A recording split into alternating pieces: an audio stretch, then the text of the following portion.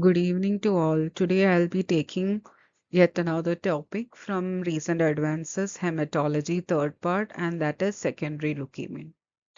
So, what is secondary leukemia? So, what is primary leukemia?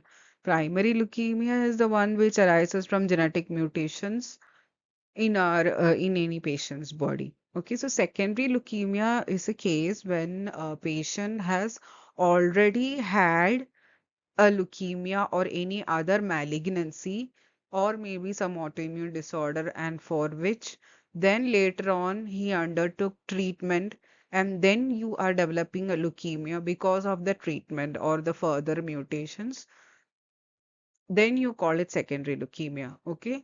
Secondary leukemia refers to malignant hematopoietic neoplasms of the blood and bone marrow arising in patients who have received chemotherapy or radiotherapy or other treatments for any indication. Okay. It can be malignancy or maybe immunosuppressive therapy we are giving for autoimmune disorders and all. For that also, if the patient is developing later on secondary leukemia, that also comes under secondary leukemia. Here in this article, they have concentrated mainly on the therapy related leukemias only. Okay. So if we have studied myeloproliferative neoplasms, you know that in an MDS patient, AML can later on develop. Okay. In the same way, in CML patient also, AML can develop later on. Same way, other malignancies also patient can go into AML, myelofibrosis or MDS. Okay.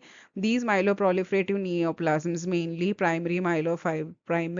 myelofibrosis, AML, and MDS. Okay, these three are entities that can arise in other leukemias or myeloproliferative neoplasms already. But that we have not included in this topic today. They have concentrated mainly on the therapy related leukemia, that is, after chemo or radiotherapy or immunosuppressive therapies, the patient develops secondary leukemia. That is what we will be discussing here. So, not included in this discussion are the accelerated and blast phases of chronic myeloproliferative neoplasms and leukemias in persons with inherited bone marrow failure syndromes like paroxysmal nocturnal hemoglobinuria, Epstein-Barr virus or HIV related leukemias, okay, infection related. So these come under other part, okay, so that we won't be discussing today. So definition means it is treatment induced, as I said, the topic is telling. So the malignant blood and bone marrow neoplasms occur after chemotherapy or radiotherapy. So after chemo or radio, if the patient is developing leukemia. So what is leukemia? It is blood cancer. So malignant blood and bone marrow, okay, neoplasm. So when the bone marrow neoplasm is seen in the peripheral blood, it is called leukemia. When it is in lymph node or lymphoid tissue, it is called lymphoma. And again, the same lymphoma, if it comes into the blood, peripheral blood, it is called leukemia only. Okay, so leukemia primarily arises from the bone marrow neoplasm or in the and it presents in the blood also, peripheral blood. And if that is occurring, this neoplasm is occurring after chemo or radiotherapy, then you will count it as secondary leukemia. So primary indication for receiving the chemo or radiotherapy can be mainly hematopoietic malignancy itself, like ALL, CML, CLL, etc., or some Hodgkin's lymphoma or NHL or any other reasons, or maybe due to some solid malignancies like breast cancer, ovary carcinoma, prostate carcinoma, etc., or maybe even non-malignant disorders like autoimmune disorders. You need immunosuppressive therapy, immunomodulatory therapy, and like in rheumatoid arthritis, etc. So there also, because of the treatment, the patient can develop secondary leukemia. And at times, even hematopoietic stem cell transplantation also has caused secondary leukemia. So in that, there are many factors. One is hematopoietic stem cell transplant has become a foreign stem cells. And other thing is that for doing the transplantation also you give immunosuppressive therapy and all, because of that immunity is decreased. Okay. So that time also there is high chance that leukemia can occur. So next, the primary disorders and associated risks. So which all conditions, the chemotherapy in which all conditions have mostly resulted in secondary leukemia. especially hematological neoplasms like Hodgkin's, non-Hodgkin's, multiple myeloma, acute myeloid leukemia, acute lymphoblastic leukemia, chronic myeloproliferative neoplasms. In all these conditions, after the treatment, there is a high chance of therapy-related secondary leukemia. Okay, it's high chance means it is little rare only, but in these conditions, there is risk. Then solid tumors of breast, ovary, prostate, lung, testicular cancers, they also have. See, it is mainly depending upon the treatment that we give. For all these cancers, the chemotherapeutic agent you are using, the drugs you are using will be different. So these drug regimens are mostly associated with conditions or mutations that can cause secondary leukemia. All the malignancies won't be having the same treatment, that everything will lead to secondary leukemia. So certain medications that are given or drug regimen that is given has predisposition to cause secondary leukemia. And in non-malignant disorders, especially rheumatoid arthritis, psoriasis, multiple sclerosis, etc., where it is autoimmune disorder. Okay, so those conditions when we are giving immunosuppressive therapy, so that time also secondary leukemia can occur. Relevance of secondary leukemia is it is very devastating sequelae. Okay, see, one of the most serious long-term complications of cancer treatment. Suppose you imagine a patient is already having tumor or cancer, and again now after treatment the patient is developing other cancer. Okay, so it is very notorious. Other thing is that it will be resistant also. You know, ki once the patient has already received a treatment, and now if some clone of neoplasm is developing, that should be obviously resistant to the previous regimen. Okay, that is how recurrence works. Same way, secondary leukemia will be much more having more mutations or a more aggressive variant. Okay, so it is a devastating sequelae. Other thing, the common forms of secondary leukemia that are occurring are mostly acute leukemias, in that especially AML and myelodysplastic syndrome. Then in very less cases, ALL occurs, and very rarely even CML and CLL also can occur. Patients can cases have been reported. But most common among the secondary leukemia are AML and MDS because of the mutations and all. Increasing importance is that because nowadays cancer is detected fast and chemotherapies and radiotherapies are given also vastly. So you should take points into consideration to prevent secondary leukemia so that the complication or the patient should not deteriorate further. Okay, imagine a patient having cancer is going again into another cancer, which is much more aggressive. Then therapy related neoplasms, the prevalence is approximately 10 to 20 percentage of all acute leukemia. Imagine 10 to 20 percentage is not less. So 10 to 20 percentage of all acute leukemias may be therapy related myeloid neoplasm. And that also comes under acute leukemia, especially AML, and then myelodysplastic syndrome and or else it can come even into the spectrum of myelodysplastic var myeloproliferative neoplasms. Historical context, it was first reported in 1970s after a combination chemotherapy and radiotherapy for lymphomas. Okay. Suppose the lymphoma itself is getting okay, hematopoietic malignancy. If you are giving therapy regimen, the problem is more incidence in hematopoietic malignancy itself for therapy related myeloid neoplasm is because you have to imagine ki for lymphoma and all we are giving the radiation or chemotherapy to the hematopoietic cells itself. Okay, so those cells, if they are getting depleted, the patient won't have immunity to fight against these things.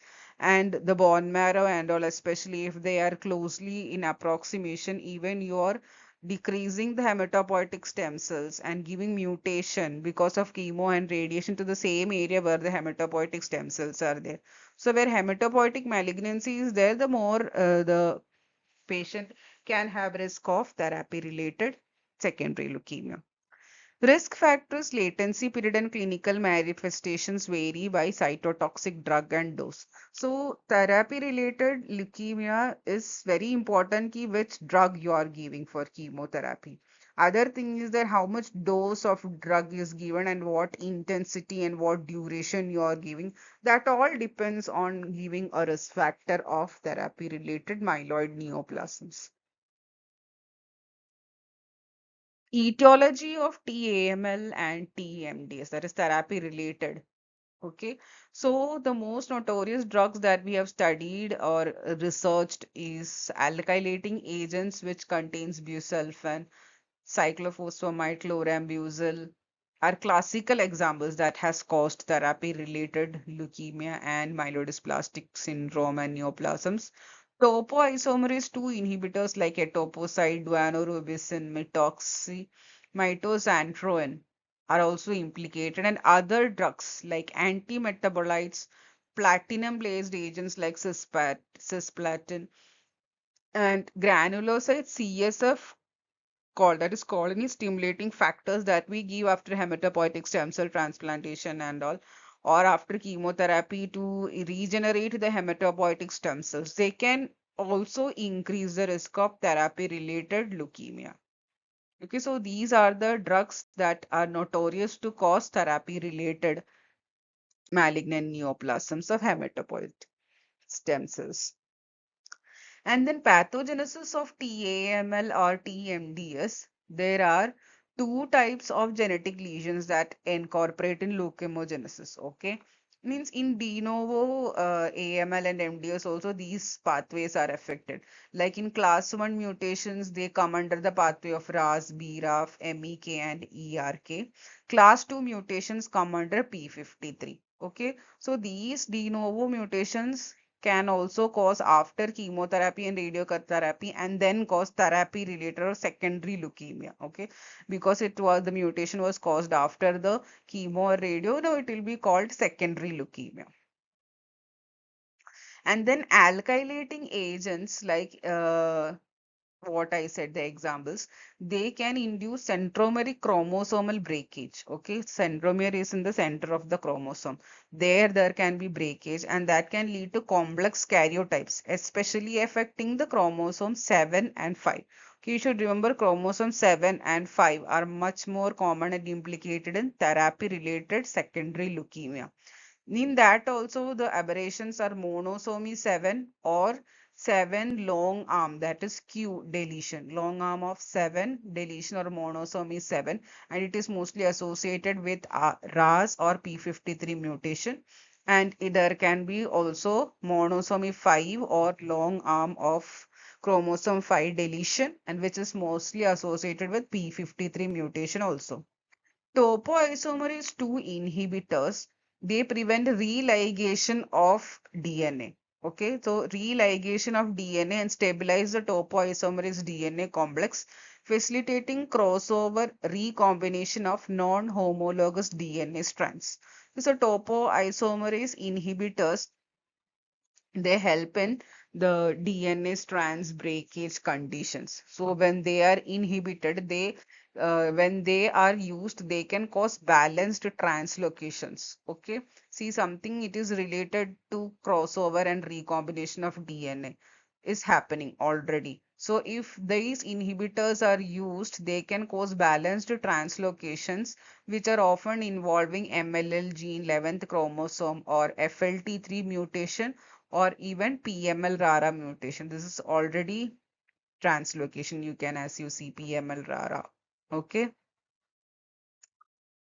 And even there is impact of concomitantly administered chemotherapeutic agents in pathogenesis. Okay. So if you are giving the drugs like alkylating agent or topoisomerase 2 inhibitors along with L-asparginase, okay, if they're administered concomitantly, that is together, then there is more possibility for inducing therapeutic AML. Okay, if you are using epipod or phyllotoxin, even more risk. Okay, so the drugs which you are using in combination also matters. Precise mechanism is not known, but then the L-asparaginase that you are using can cause downregulation of the synthesis of specific proteins, okay, that causes DNA repair and all. Then normal karyotype also can be seen, okay, in approximately 20% of the cases, but where normal karyotype is seen in during the karyotyping process, there are very subtle genetic mutations like FLT3, RAS, and AML1 genes also. So karyotyping means the chromosome as such will be seen normal when you're doing karyotyping, but there are genetic mutations that are subtle, that if you're doing other genetic or molecular testing, that time only you will understand. See, like here monosomy 7 and monosomy 5 and all you can understand when you're doing karyotyping itself, because the pair of chromosome will be replaced by one.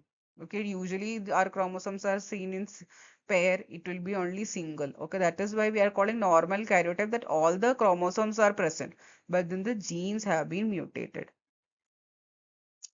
Genetic susceptibility to therapeutic MDS and acute myeloid leukemia. So genetic susceptibility also matters. See, suppose many of the patients are taking the same chemotherapeutic agent and radiotherapy, same regimen, but not all patients develop therapy-related MDS and AML. So research was conducted on these also. So mainly the detoxification procedure in our body and DNA repair mechanism in our body varies from individual to individual. Okay, like see, one person can tolerate so much of alcohol maybe because his alcohol metabolism rate might be good or better than the other person. So in the same way, detoxification is also different. In the same way, DNA repair mechanism also different from one person to other. So the polymorphisms in the genes that encode the DNA repair and detoxification, etc., can differ in the patient, and that can cause therapy related MDS or AML. Suppose polymorphism in DNA repair enzymes like RAD51. Okay, this is important for double-stranded DNA repair. So when double-strand DNA chromosomal breaks, okay, they occur when you are giving some kind of chemotherapeutic agents.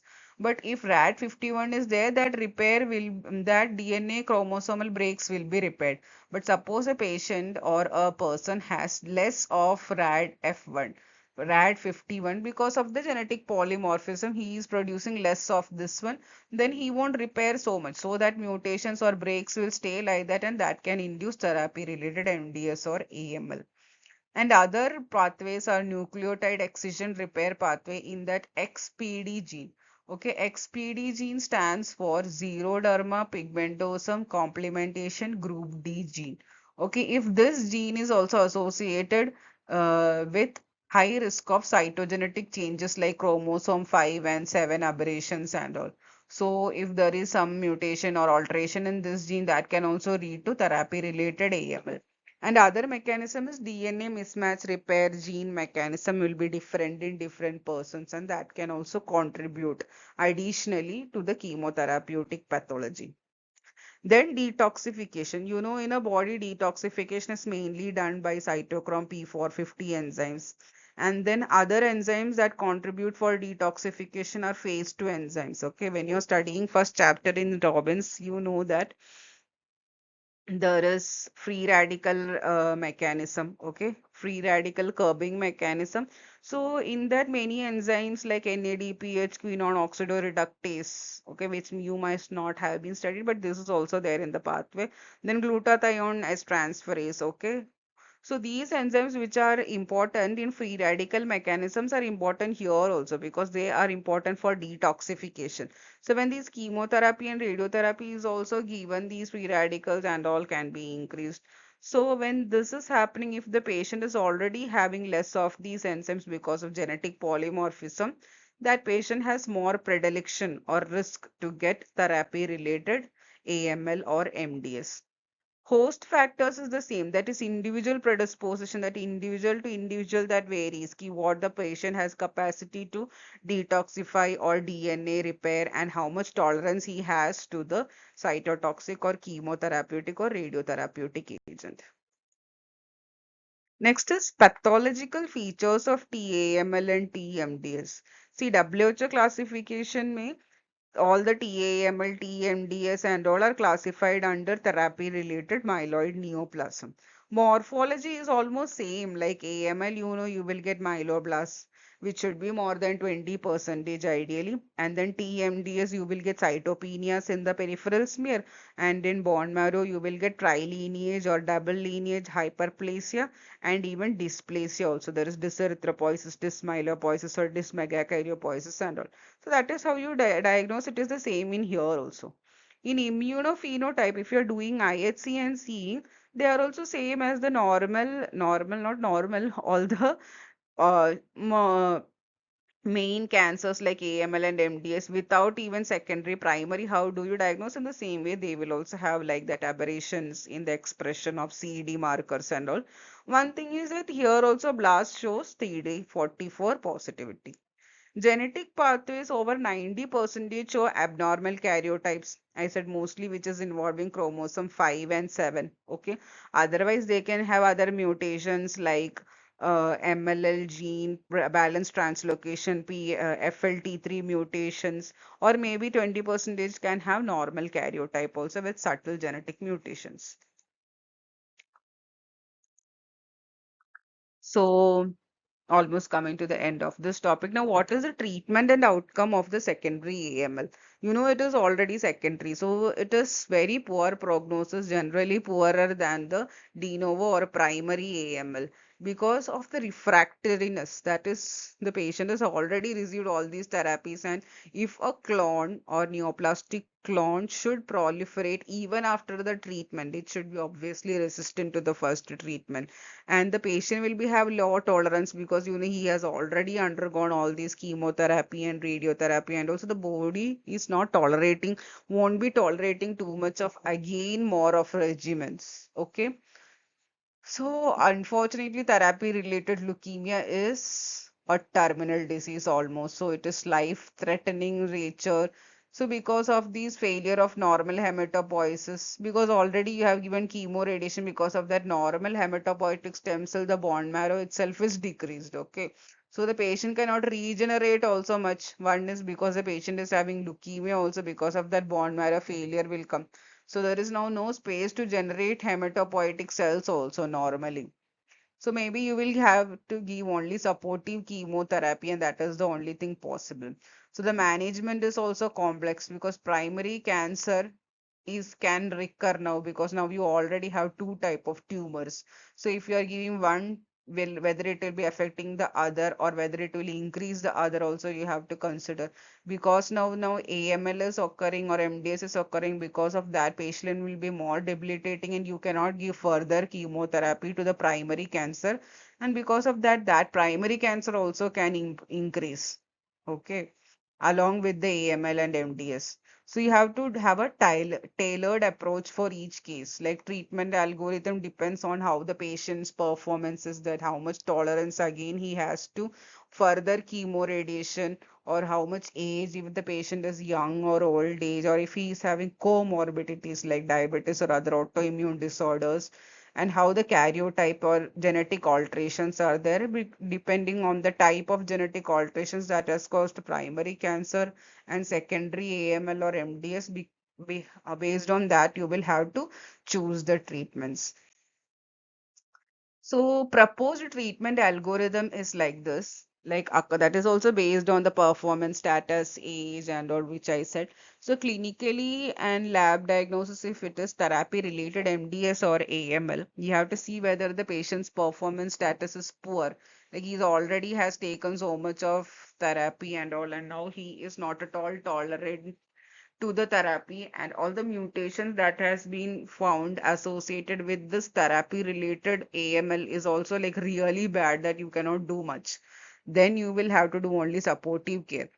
But if the patient's performance status is good, that the primary cancer has been already resolved well and he is now in good condition, and now he is developing therapy related MDS or AML, and he is pretty young and healthy and all, then you can try many other regimens. If it is APML, like acute promyelocytic leukemia, you can do the de novo same treatment. Atra agent, you can give chemotherapy, you can give. If he is having translocation 821 and inverse 16, you can treat it as a normal AML, primary AML case, and give standard regimen of 3 plus 7 induction and high dose of daunorubicin consolidate in the consolidation phase. Normal karyotype, if the patient is having without any abnormalities, still you can treat it as primary AML and give induction consolidation, or also you can opt for hematopoietic stem cell transplantation. If the patient is having unfavorable cytogenetics, then maybe you can try for any investigational chemo or radiotherapeutic agents, at least to give a hope to the patient. Or you can even try hematopoietic stem cell transplantation, because you have to regenerate the bone marrow now, because which is already suppressed by all these chemo, radio, and now you are having leukemia because of that. Now it is not going to proliferate also. So you can try allogenic hematopoietic stem cell transplantation if the patient is tolerating. Okay. Otherwise, then you will have to again go for supportive care only. So conclusion is that treatment with topoisomerase 2 inhibitors, especially epipodophyllitoxins and anthracyclines, etc., and alkylating agents are the notorious agents that increase the probability of TAML. But of course, patient's genetic polymorphisms, like how much DNA repair he can do or the detoxification which the body can do, also matters along with these chemotherapeutic agents.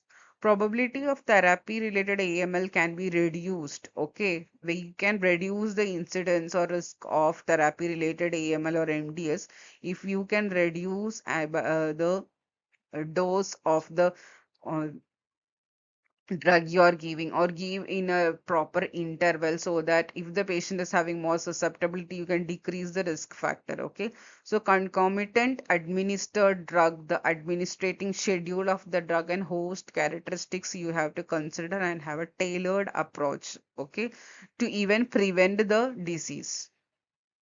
So with this we come to the end of the topic. So I express my gratitude to respected Seema Tyagi and Prashant Sharma, who has contributed this beautiful article in Recent Advances Hematology 3. So kindly do like, share, and subscribe my channel, and you can put your comments of the topic which you want me to discuss. Okay, thank you.